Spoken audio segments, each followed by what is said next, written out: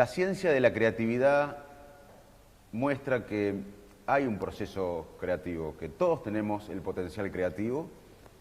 Una mujer en una zona vulnerable de Bogotá, de Buenos Aires, que tiene unos pocos pesos para alimentar a 5 hijos, en unos días tiene que ser creativa, quizás sin reconocimiento social, pero la creatividad está en todos, no es algo para elegidos. Hay gente con más talento, hay gente con más genes predispuestos, pero si esa gente con más talento o predisposición genética a la creatividad no tiene cierto proceso, es más difícil que genere algo creativo.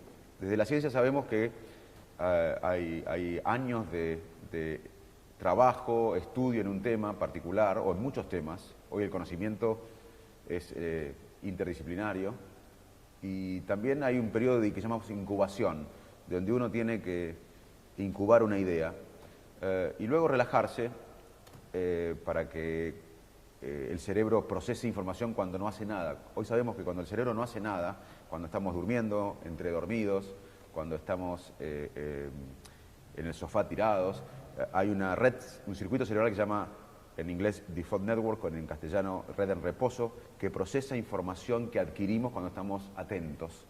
De hecho, Kukele, un físico alemán, primero que era físico, tenía años de preparación en física, pero estaba obsesionado con la estructura de la molécula de benceno. Se fue a dormir, soñó con 2 serpientes que se enroscaban y dijo, debe ser de esta manera tridimensional. Y acertó, así es la molécula de benceno. Si yo soñaría con 2 serpientes que se enroscan, no la relaciono con la molécula de benceno porque no fui físico, porque no estuve pensando en eso. Estar relajado, estar en off es importante. Y también es importante crear un contexto creativo. Las diferencias entre las mejores universidades del mundo y las universidades que están 200, 300 en el ranking no son las paredes, las computadoras, la ropa de los profesores. Es que en las mejores universidades, de 10 personas, 10 quieren cambiar el mundo, y en las universidades de 200, de 10 personas, solamente una quiere cambiar el mundo, el resto quiere un título o seguir trabajando en algo. El contexto creativo es muy importante. Pero esto es de la ciencia. Vamos a ver y preguntarle a Ferran cómo ve él el proceso creativo. Bueno, para ver el proceso creativo, mira esta exposición y lo comprenderás como yo lo comprendo. A ver, hoy, a esta hora, hay millones de proyectos creativos. Millones. El nivel de lo creativo es lo que decíamos antes. Hay extremos y la mayoría son jogging. Son creaciones muy normales, ¿no? Que no van a cambiar ni el mundo, tal. Es una evolución sobre lo que se ha creado. Entonces, si cogemos el mapa de esta exposición, verás que alrededor hay lo que llamamos contexto del proceso, que es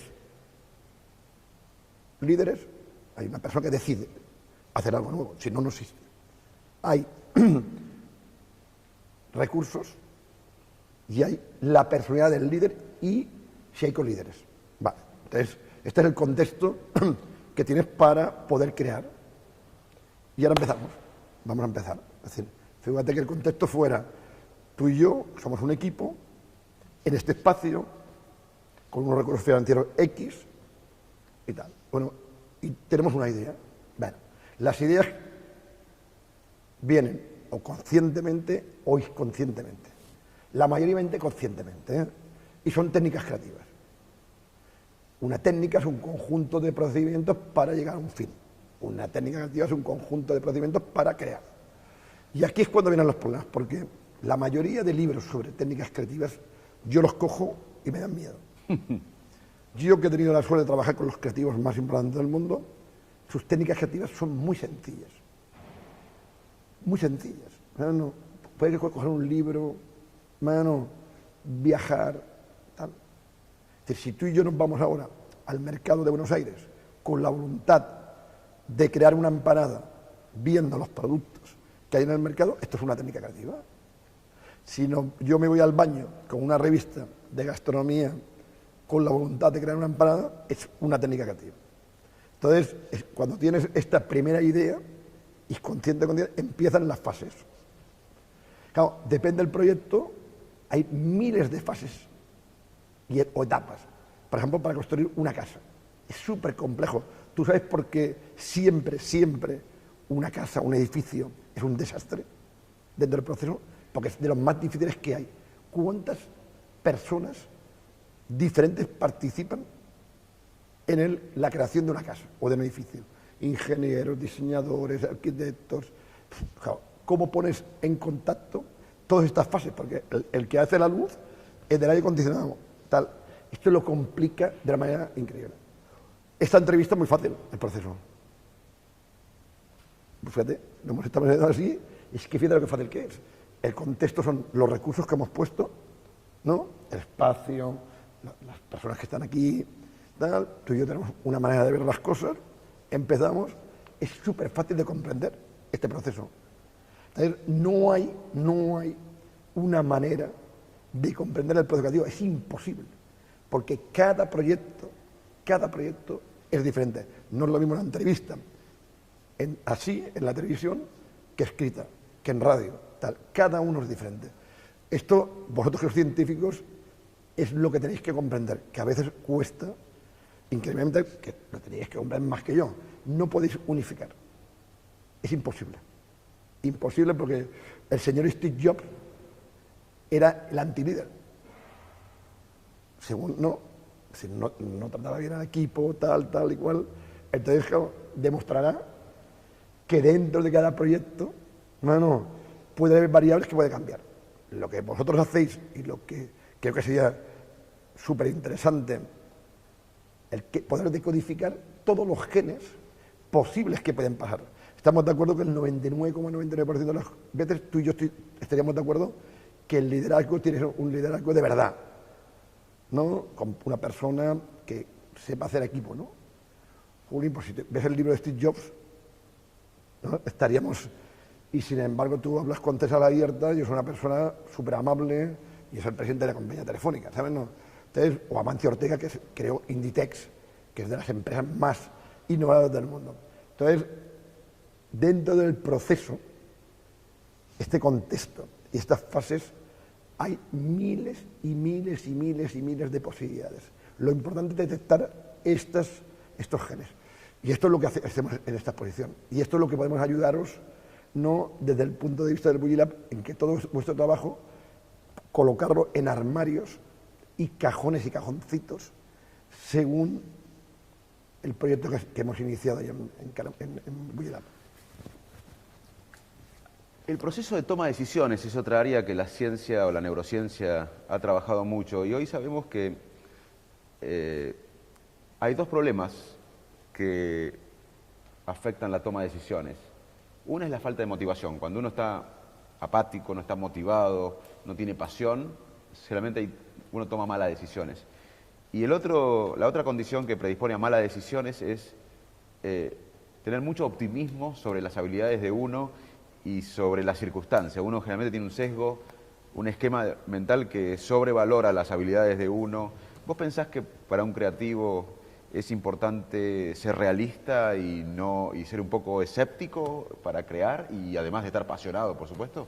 Volvemos a lo mismo, ¿no? Es decir, depende del proyecto y tal. La gente va a decirnos que la pasión es imprescindible para crear. Es mentira. Si la empresa no es tuya, es casi imposible. Ser profesional hay bastante. Pero tú no me pidas pasión en algo que no es mío. Creo en una empresa, ya no digo una empresa grande, una empresa que no es tuya, es que es imposible. Uno de los éxitos del Bully y de las cosas para analizar, no a nivel científico, cómo pudimos conseguir que todo el mundo que venía pensaba que el Bully era suyo, a trabajar. Y esto te prometo que yo no he podido hacerlo en otro proyecto. Hasta en el Bully Lab me está costando. No. Porque son otras circunstancias y tal. Ahora cuando vayamos a Calamonjoy, en el Bully Music sí va a ser, porque volvemos otra vez, ¿sabes a qué? A la presión. Porque tú no puedes hacer un gran proyecto, tú no puedes hacer creatividad extrema si no tienes mucha presión. Si tú dices, bueno, vamos haciendo, oye, no seas tan duro, tal y cual, estás muerto. Porque la gente tiene que entender que el deporte extremo es que te pueden matar. Y la creatividad extrema es que te pueden matar, metafóricamente. Y esto es así. Y si, oye, a mí no me interesa, si nadie le dice a usted que tiene que hacer cada día extrema. Entonces, ¿qué pasa? Y entonces dice, oye, ¿el mundo funciona así? No funciona así. Cuando hay 1000 personas en un centro de I+D o 100, ¿sabes qué funciona? La cantidad de personas suplen a todo esto.